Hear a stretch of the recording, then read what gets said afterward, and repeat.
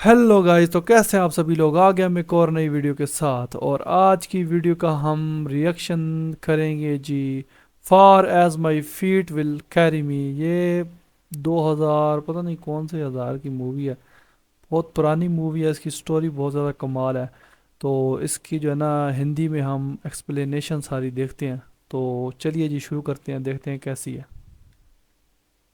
कहानी की शुरुआत होती है साइबेरिया के एक कैंप में जहां सैकड़ों जर्मन लोगों को बंदी बनाकर रखा गया था। हालांकि वहां सुरक्षा के लिए कोई गार्ड्स नहीं थे, पर फिर भी कोई यहां से भागने की जुर्रत नहीं करता था। असल में अगर कोई भाग भी निकला तो वो आर्कटिक सर्कल की हड्डियां जमा देने वाली ठंड में ओ कुछ दिन तेरी से है। ज्यादा जिंदा नहीं रह पाएगा। पर वहां एक इतनी सिपाही ठंड। था जो किसी भी तरह से छूट कर अपनी पत्नी और बेटी के पास वापस लौटना चाहता था। उसका नाम था क्लेमेंस फोरेल और एक दिन उसे भागने का मौका मिल ही गया। रात को वो चुपके से कोयले की गाड़ी में चढ़ गया और जब गाड़ी चली तो वो सितारों से भरा आसमान देखकर बेहद खुश हुआ। पर अचानक गाड़ी बीच में ही रुक गई और क्लेमेंस ने चुपके से बाहर निकलकर देखा। पर तभी एक सोवियत सिपाही ने उसे देख लिया और उसे पकड़कर एक सीवर में कैद कर दिया गया। ऊपर से जोरदार बरसात शुरू हो गई, पर इसके बावजूद भी क्लेमेंस पूरे 3 दिन तक बिना खाए पिए वहीं डटा रहा। इसके बाद जेल के वार्डन ने उसे रिहा करके कहा कि तुम्हारे साथी तुम्हारा इंतजार कर रहे हैं। आखिरकार जब क्लेमेंस सुरंग में पहुंचा तो उसने देखा कि उसके साथी बहुत ओ गुस्से में थे तेरी है। और वो हाथों में हथियार लिए उसका इंतजार कर रहे थे। असल में क्लेमेंस के भागने की वजह से उन सभी को 3 दिन तक भूखा रखा गया था। ओ तभी तेरी है। अचानक उन्होंने क्लेमेंस पर हमला कर दिया और उसे कुत्तों की तरह पीटा। बुरी तरह जख्मी होने की वजह से उसे कैंप के डॉक्टर के पास ले जाया गया। वो डॉक्टर भी यहाँ बंदी था और वो क्लेमेंस की भागने की हिम्मत देखकर काफी प्रभावित हुआ। तब क्लेमेंस ने डॉक्टर से मदद मांगते हुए कहा कि वो एक बार फिर से यहाँ से भागना चाहता इतनी मार पड़ी है और उसके बाद दोबारा भागने की कोशिश कर रहा है। बहुत ही बहादुर बंदा है भाई। है। डॉक्टर ने उसे समझाया कि आर्कटिक सर्कल से भागना नामुमकिन है। आज तक जिसने भी भागने की कोशिश की वो सभी मारे गए। पर डॉक्टर ने उसे एक राज बताया कि जो लोग यहाँ से भागेंगे नहीं वो भी अंत में मारे ही जाएंगे। ओए होए। असल में वहाँ मौजूद सारे कैदी रोज लेड नाम की मेटल की खानों में खुदाई करते हैं और लेड धीरे धीरे हवा से उनके शरीर में जा रही है, जिस वजह से आज नहीं तो कल उन सबका मरना तय है। इसीलिए डॉक्टर ने उसे सलाह दी कि उसे भागकर अपनी किस्मत आजमा ही लेनी चाहिए। फिर डॉक्टर ने अपने सारे गर्म कपड़े और जूते निकाले और क्लेमेंस को बताया कि रेलवे लाइंस पर जगह जगह पर खाना छुपा कर रखा गया है। ऊपर से उसने क्लेमेंस को एक बंदूक भी दी। असल में डॉक्टर ने ये सारी तैयारियां खुद भागने के लिए की थी, अच्छा। मगर एक महीने पहले डॉक्टर साहब खुद भागना चाह रहे थे पर नहीं भाग सके। उसे पता चला कि उसे कैंसर है और अच्छा अगर अच्छा वो अच्छा। भाग भी गया तो 1 महीने से ज्यादा जीने वाला नहीं है। खैर डॉक्टर ने क्लेमेंस को अपना लंच बॉक्स देकर कहा कि अगर तुम सफल हो जाओ तो मेरे परिवार को मेरी मौत की खबर दे देना। इसके बाद क्लेमेंस रात को एक बार फिर से भाग निकला। अगली सुबह वार्डन को खबर मिली हिम्मत है कि भाई। क्लेमेंस भाग गया है तो वो डॉक्टर से पूछताछ करने आया, मगर तब तक डॉक्टर अपनी जान कुर्बान कर चुका था। उधर क्लेमेंस पूरे जोश के साथ बर्फ और तेज हवा का सामना करते हुए आगे बढ़ रहा था। इधर वार्डन ने क्लेमेंस को ढूंढने के लिए कई फौजियों को ढूंढा, लेकिन कई दिन तक ढूंढने के बाद भी उन्हें क्लेमेंस का कोई सुराग नहीं मिला। सबको भाग लगा गया कि वो लगता है। बर्फ में जमकर मर गया होगा, पर वार्डन को यकीन था कि वो जिंदा है, इसलिए उसने तलाश जारी रखने का हुक्म दिया। भागने के 9 दिन बाद क्लेमेंस को अचानक अपने पीछे स्लेज भागता हुआ दिखाई दिया। क्लेमेंस भी तुरंत भागने लगा, पर जल्द ही स्लेज उस तक पहुंच गया और क्लेमेंस को रौंदता हुआ निकल गया। अचानक क्लेमेंस की आंख खुली तो उसने देखा कि वो तो एकदम ठीक ठाक था। असल में ये पूरी घटना उसके मन का वहम थी। उसके चारों ओर सफेद बर्फ की चादर थी और खाना भी खत्म हो चुका था। उसका कमाल है दिल भाई। डूबने लगा और उसने भगवान से कोई चमत्कार बड़ी करने हिम्मत को है कहा। बंदे में। पर आर्कटिक सर्कल में दूर दूर तक बर्फ के सिवा और कुछ नहीं था। अब उसके पास कोई चारा नहीं था, इसीलिए वो कुछ दिन तक जैसे तैसे आगे बढ़ता रहा। आखिरकार उसके शरीर ने जवाब दे दिया और वो भूख की वजह से बेहोश हो गया। कुछ समय बाद उसकी आंख खुली और उसने एक अजीब सी आवाज सुनी। तभी उसकी नजर एक सील पर पड़ी और उसकी आंखें चमक उठी। उसने तुरंत अपनी बंदूक निकाली और कांपते हाथों से सील पर गोलियां चला दी, पर बदकिस्मती से उसका एक भी निशाना नहीं लगा।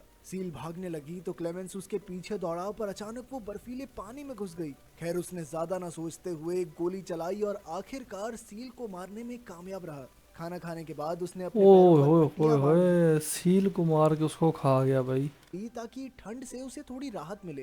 थोड़े आराम के बाद क्लेमेंस फिर से अपने सफर पर निकल पड़ा। अपने अकेलेपन और इतने लंबे सफर में उसका दिमागी संतुलन आसानी से बिगड़ सकता था, इसीलिए वो लगातार खुद से बातचीत करता रहा। साथ ही वो थोड़ा चलने के बाद कंपास से अपनी दिशा देखता था ताकि वो यहाँ गुम ना हो जाए। असल में इस पेड़ का मतलब था कि 2 महीने तक लगातार चलने के बाद आखिरकार वो दो आर्कटिक सर्कल से महीने बाहर आ लगातार? गया था। उधर क्लेमेंस जंगल तक दो पहुंच महीनों से गया चल था रहा है। पर अचानक वहाँ बर्फीला तूफान शुरू हो गया। ये तूफान इतना भयानक था कि बड़े बड़े पेड़ भी उखड़ कर गिर गए थे। जैसे ही क्लेमेंस उठा तो अचानक एक बड़ा सा पेड़ उसके ऊपर गिर पड़ा। ओह हो। खुशकिस्मती से सैम जॉन और मैटन नाम के 2 आदमी जो वहाँ सोने की खोज में आए थे, उन्होंने क्लेमेंस की जान बचाई और फिर वो तीनों इकट्ठे आगे बढ़ने लगे।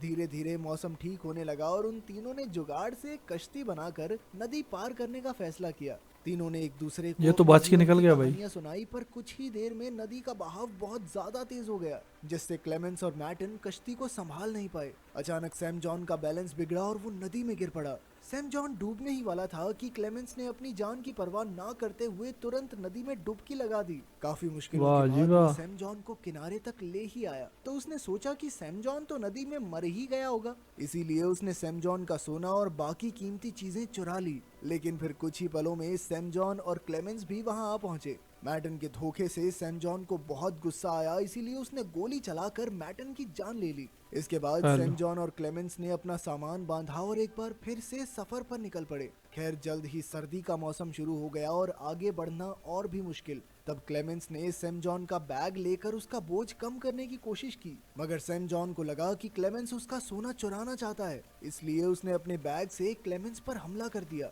इस वजह से क्लेमेंस बेहोश हो गया और जब उसकी आंख खुली तो उसने देखा कि भेड़ियों का एक झुंड दौड़ता हुआ उसकी तरफ आ रहा था। क्लेमेंस की क्लेमेंस जिंदगी तुरंत एक में पेड़ पर चढ़ने मुसीबतें लगा ही पर मुसीबतें। भूखे भेड़िए उसकी पैंट से उसे नीचे खींच रहे थे। बहुत कोशिशों के बाद वो छोटा सा पेड़ ही नीचे गिर गया और अब क्लेमेंस की मौत उसके सामने खड़ी थी। तभी अचानक गोलियां चलने की जोरदार आवाज आई जिसमें सभी भेड़िए मारे गए। असल में इस इलाके के चरवाहों ने क्लेमेंस की जान बचाई थी।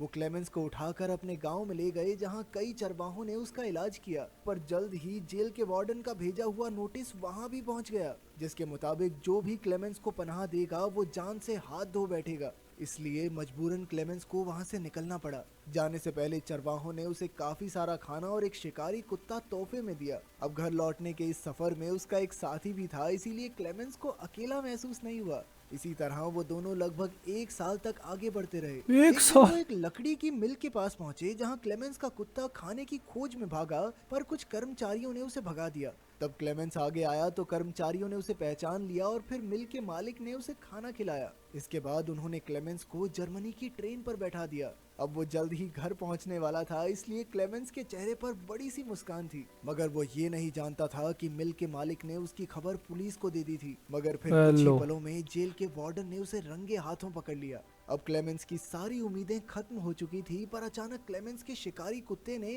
वार्डन पर हमला करके उसे बुरी तरह काट लिया। ओ अपने कुत्ते की तेरी है। वफादारी की बदौलत क्लेमेंस को भागने का एक और मौका मिल गया, पर तभी उसे गोलियों की आवाज सुनाई दी और वो समझ गया कि वार्डन ने उसके कुत्ते को मार दिया है। मगर क्लेमेंस उसकी मौत का शोक भी नहीं मना पाया और लगातार भागता रहा। मौका देखकर वो एक पुल पर चढ़ा और नीचे से गुजर रही ट्रेन पर कूद गया। क्या आज एक किस्मत बार पाई फिर है। से वो बाल बाल बच निकला था। इसके बाद वो लगातार अपने रास्ते पर आगे बढ़ता रहा। इसी तरह काफी समय बीता और साल 1952 आ गया, जब क्लेमेंस के पास ना तो पैसे की फूटी कौड़ी थी और ना ही खाने को दाना। वो एक मेले में घूम रहा था जहां उसकी नजर लजीज खाने पर पड़ी, कैसी मगर हालत हो गई है दुकानदार भाई ने उसे इसकी। धुतकार कर भगा दिया। चलते चलते वो पैनकेक्स के ठेले पर आया जहां 2 लड़कियों ने उसका स्वागत किया, मगर उसके पास पैसे नहीं थे, इसीलिए वो खुद ही निराश होकर आगे बढ़ गया। उसने हाथ जोड़कर भगवान से प्रार्थना की। वो यहूदी आदमी भी उसके पीछे पीछे यहाँ तक आ पहुंचा, पर उसने क्लेमेंस को पुलिस के हवाले नहीं किया। असल में वो भी कुछ समय पहले एक वॉर प्रिजनर रह चुका था, इसीलिए वो क्लेमेंस की हालत समझ सकता था।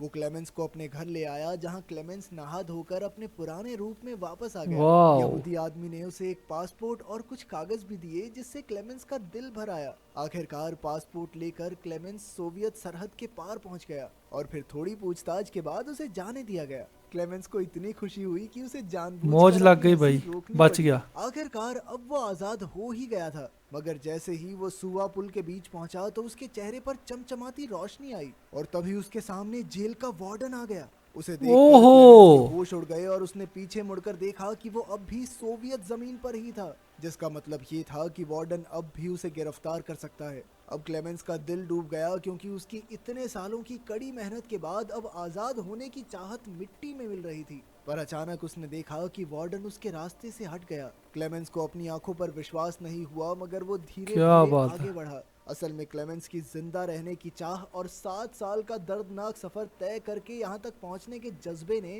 वार्डन का दिल जीत लिया था। इसीलिए वार्डन ने क्लेमेंस को जाने दिया, मगर एक फौजी होने के नाते वो जीत गया था, क्योंकि आज अगर वो चाहता तो क्लेमेंस को गिरफ्तार करके उसका खेल खत्म कर सकता था। बिल्कुल। आखिरकार क्लेमेंस सरहद पार करके अपने घर पहुंच गया, जहां उसकी पत्नी और बेटी चर्च के लिए निकल रहे थे। क्लेमेंस भी उनके पीछे पीछे गया और क्या बात चर्च है। में उसकी बेटी ने उसे पहचान लिया और फिर वो दौड़कर अपने पिता से लिपट गई। आपके हिसाब से वार्डन ने सही किया या उसने अपने देश से गद्दारी की? हाँ जी, तो ये थी आज की वीडियो। और जो स्टोरी है भाई साहब, कितनी कमाल है। इतना इस बंदे ने हार्ड वर्क किया है, कैसे इतने इतने मुश्किल चीज़ों से निकला है और लास्ट में अपने घर वालों से, अपनी फैमिली वालों से मिल ही गया। पर बहुत ही मज़े की बात है कि भाई वार्डन उसे छोड़ दिया है, वरना इतने सालों से वार्डन उसे ढूंढ रहा है और उसे मिला है। और बड़ी बात है, उसने दिल में कैसे रहम आ गया, उसने छोड़ दिया है। तो मूवी की स्टोरी तो भाई साहब बहुत ज़्यादा कमाल थी। तो ये थी आज की वीडियो। आई होप आपको वीडियो अच्छी लगी होगी। तो मिलते हैं जी नेक्स्ट वीडियो में, तब तक के लिए अल्लाह हाफिज़।